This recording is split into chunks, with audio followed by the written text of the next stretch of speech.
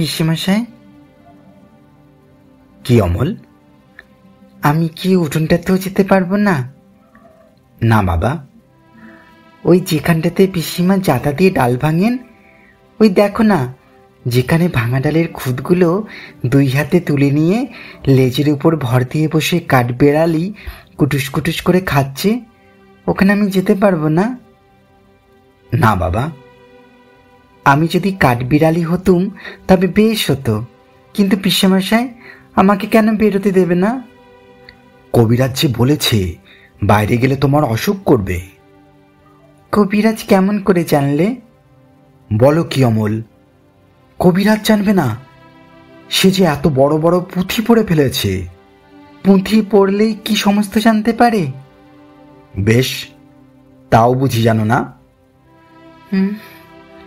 আমি যে পুঁথি কিছুই পড়িনি, তাই জানি নে। দেখো, বড় বড় পণ্ডিতেরা সব তোমারই মতো, তারা ঘর থেকে তো বেরোয় না। বেরোয় না?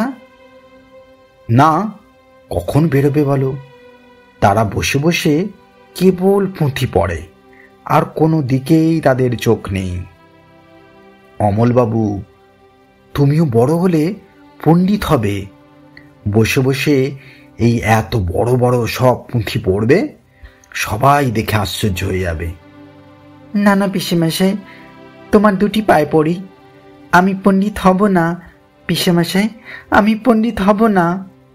সে কি কথা অমল? যদি পণ্ডিত হতে পারতুম তাহলে আমি তো বেঁচে যেতুম। আমি যা আছে সব দেখব, কেবলই দেখি বেড়াবো। শোনো একবার। দেখবে কি? দেখবার এত আছেই বা কি? আমাদের জানলার কাছে বসে সেই যে দূরে পাহাড় দেখা যায়, আমার ভারী ইচ্ছে করে ওই পাহাড়টা পার হয়ে চলে যাই।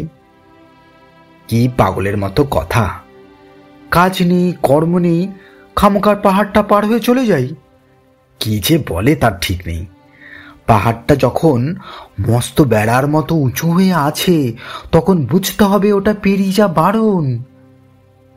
নইলে এত বড় বড় পাথর জড়ো করে এত বড় একটা কাণ্ড করার দরকার কি ছিল? পিসেমশাই, তোমার কি মনে হয় ও বারণ করছে? আমার ঠিক বোধ হয় পৃথিবীটা কথা কইতে পারে না, তাই অমনি করে নীল আকাশে হাত তুলে ডাকছে। অনেক দূরের যারা ঘরের মধ্যে বসে থাকে, তারাও দুপুরবেলা একলা জানলার ধারে বসে ওই ডাক শুনতে পায়। পণ্ডিতরা বুঝি শুনতে পায় না? তারা তো তোমার মতো খ্যাপা নয়, তারা শুনতে চায়ও না। আমার মতো খ্যাপা আমি কালকে একজনকে দেখেছিলুম। সত্যি নাকি? কি রকম শুনি? তার কাঁধে একটা বাঁশের লাঠি, লাঠির আগায় একটা পুঁটুলি বাঁধা, তার বাঁ হাতে একটা ঘটি, পুরনো একজোড়া নাগরা জুতো পরে সেই মাঠের পথ দিয়ে ওই পাহাড়ের দিকেই যাচ্ছিল। আমি তাকে ডেকে জিজ্ঞাসা করলুম, তুমি কোথায় যাচ্ছ? সে বললে, কি জানি, যেখানে হয়। আমি জিজ্ঞাসা করলুম, কেন যাচ্ছ? সে বললে, কাজ খুঁজতে যাচ্ছি। আচ্ছা পিসেমশাই, কাজ কি খুঁজতে হয়? হয় বই কি, কত লোক কাজ খুঁজে বেড়ায়। বেশ তো, আমিও তাদের মতো কাজ খুঁজে বেড়াবো। খুঁজে যদি না পাও? খুঁজে যদি না পাই তা আবার খুঁজব। তারপরে সেই নাগরা জুতো পরা লোকটা চলে গেল। আমি দরজার কাছে দাঁড়িয়ে দাঁড়িয়ে দেখতে লাগলুম। সেই যেখানে ডুমুর গাছের তলা দিয়ে ঝর্ণা বয়ে যাচ্ছে, সেইখানে সে লাঠি নামিয়ে রেখে ঝর্ণার জলে আস্তে আস্তে পা ধুয়ে নিলে। তারপরে পুটুলি খুলে ছাতু বের করে জল দিয়ে মেখে নিয়ে খেতে লাগলো। খাওয়া হয়ে গেলে আবার পুঁটুলি বেঁধে ঘাড়ে করে নিলে, পায়ের কাপড় গুটিয়ে নিয়ে সেই ঝর্ণার ভেতর জল কেটে কেটে কেমন পার হয়ে চলে গেল।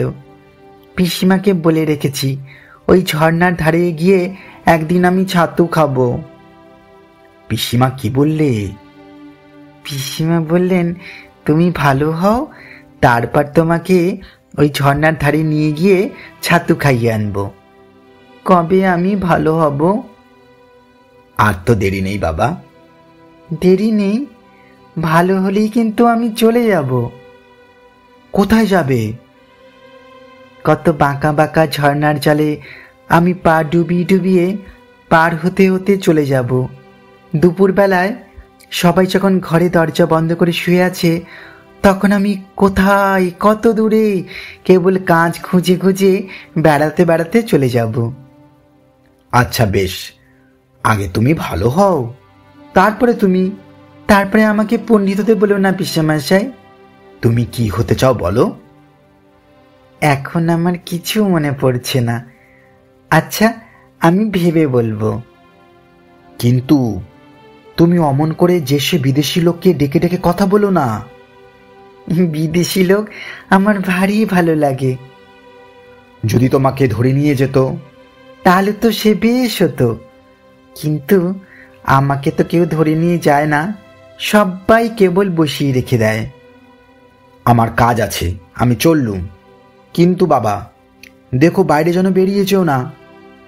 যাব না, কিন্তু পিসেমশাই, রাস্তার ধারের এই ঘরটিতে আমি বসে থাকবো।